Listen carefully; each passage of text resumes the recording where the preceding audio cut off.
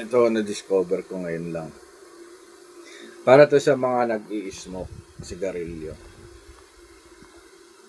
Smoker ako eh. Smoker. Ngayon, titignan natin to. Hindi yan. Iba yan eh. Ito. Dangerous exposure levels. Pero dito tayo sa smoker. Yan. Carbon monoxide. Nakakamatay yan eh. Carbon monoxide. Na-topic ko yan kasi nag-measure ako kanina. Non-smoker 0 to 6. Light smoker 7 to 10. Smoker 10 to 20. Heavy smoker 20. Up to 40. 2 pack a day. Addict sa nicotine, ako yan, syempre 10 to 20. Titignan natin kung okay, kung accurate. So, ang reading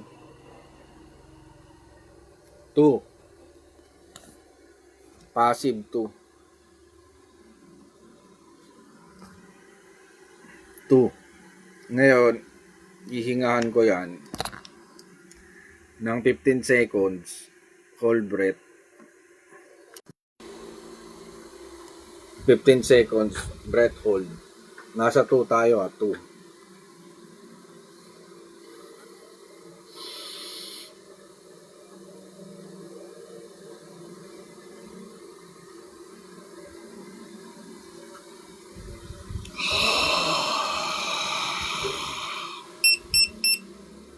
Tignan natin.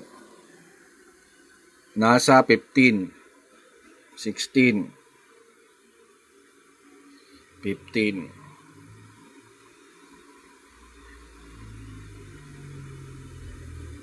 13. So mga nasa nasa 15. So ang yosi ko isang araw almost 1 pack. So nasa 10 to 20 ako. 10 to 20. Nandito ako sa 10 to 20 moderate. Ngayon, ano problema dun? Tignan natin ngayon. Pag maraming CO sa katawan,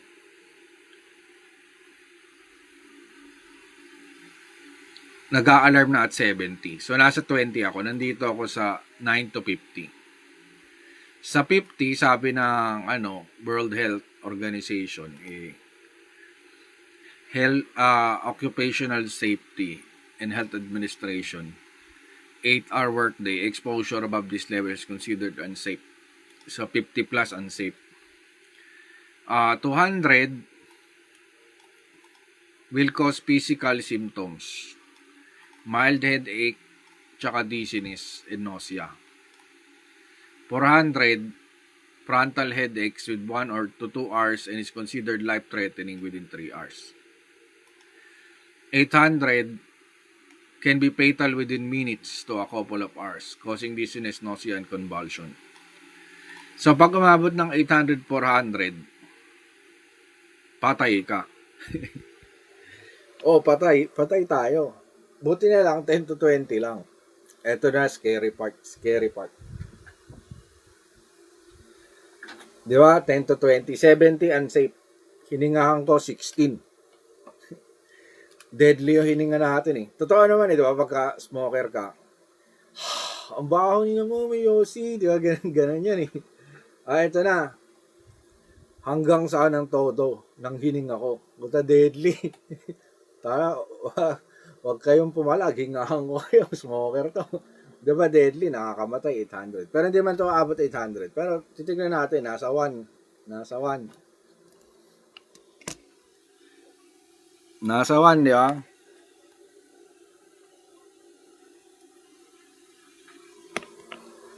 I-demonstrate natin kung bakit ang yosi masama tsaka nakamamatay. Pero nag-yosi pa rin ako. Kasi 10 to 20 pa lang eh. Hindi pa ako ganong kahok eh. Pero ito na, nasa 1.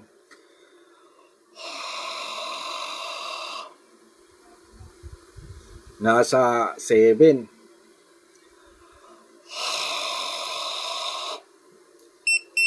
Ay, dumagdag, nasa 13, 14. Nakamamatay daw pag 400 eh.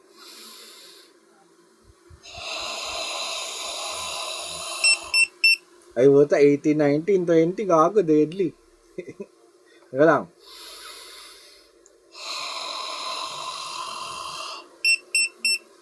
O, 21, 22, 23, 24, 23. So, ang 23 na dito, sa kahinga ko.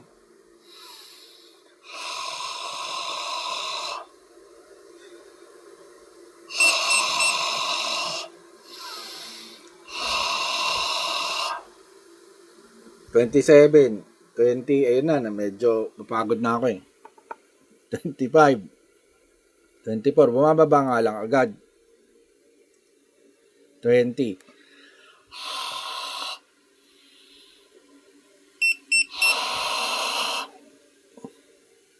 '24, 25, 26, 25, wala, bumaba agad. Ibig sabihin, bumaba na. Nailabas ko na.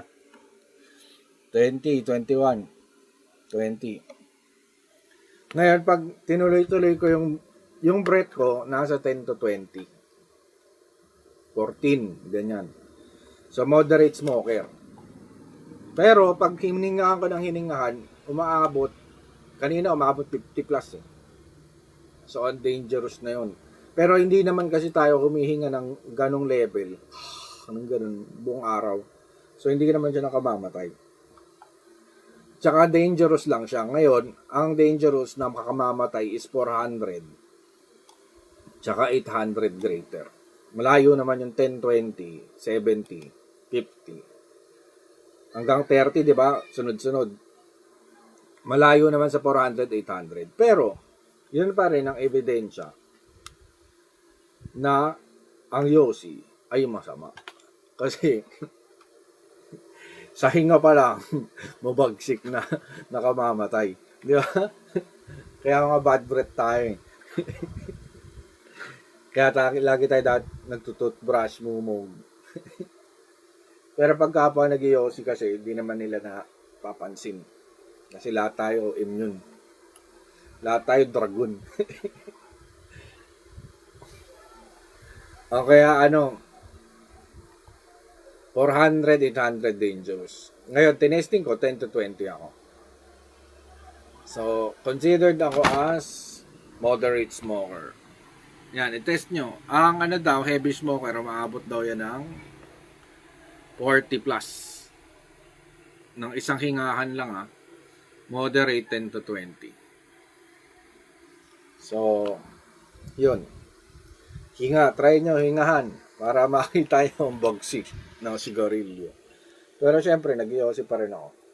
Mag-quit din tayo at the right time.